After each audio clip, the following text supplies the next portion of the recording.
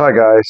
I thought I'd try a little bit of a different format for a longer version.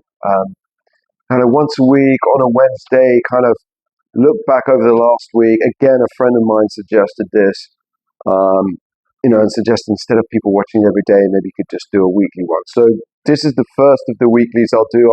Try to do one every Wednesday or Thursday. Try to recap everything since Wednesday. Why I'm not doing it on a Friday? Because a lot of people who watch it will be fresh and learning about this Monday, Tuesday, Wednesday, Thursday. So there's no point.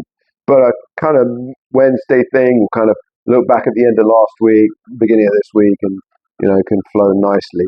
Um, so I guess going back this week, we can look back to. I'm going to look this way as my computer screen. Um, Maybe September the 4th or the 3rd. So I started off the week, or last Wednesday, I started off talking about whether you should outsource your tech team. Um, I think much like my video that I did today, that maybe you haven't watched because you're watching this, I'm a big no into outsourcing your tech team. Well, at least not outsourcing your CTO. Your CTO has to be in-house, has to be part of your team. Whether he works remotely or not is a different thing, but I prefer even them not to be remote.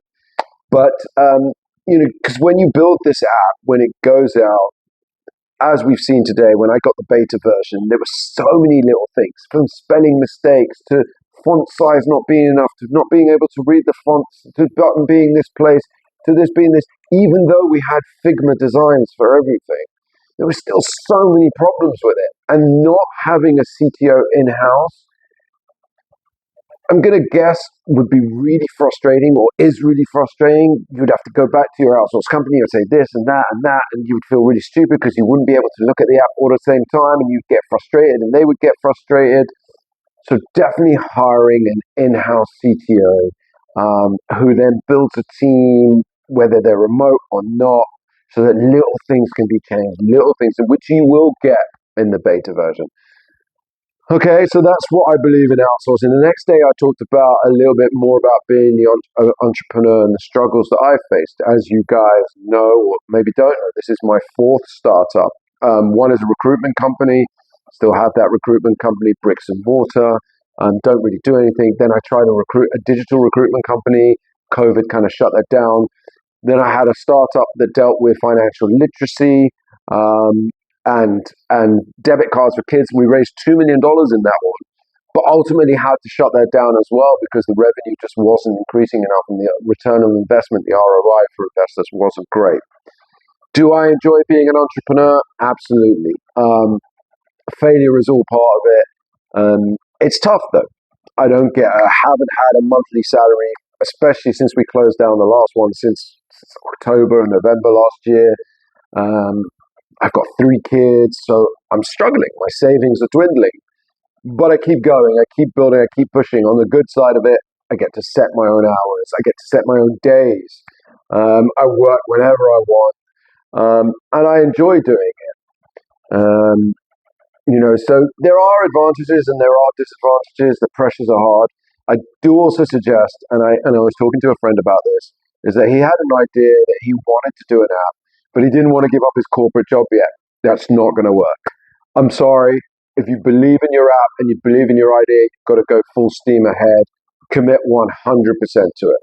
Um, so that's another thing I kind of discussed on day, let me look at my computer, on day 136.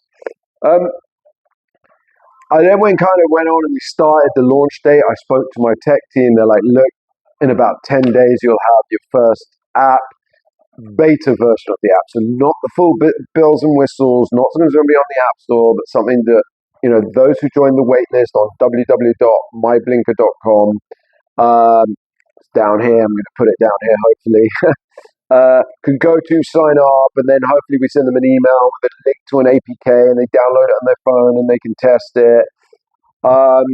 So yeah, that's what we're hoping to do and build up that list. So for the last few days, I've been building that list, I've been building that list for a while. It's been picking up. It's now at over 100 people, so it's good. Will they all download the app? I very much doubt it. If I get 20, 30%, I'll be all right. But it's a start, right? It's all a start. Just grabbing a drink of water there, so doing that. And so it really has for the last, 7, 6, 5, 4. Today's 3 days left, as it says on the back, to launch the app. I actually saw the app for the first time today. And as I said, so many little bugs in it, so many little issues that I had to deal with.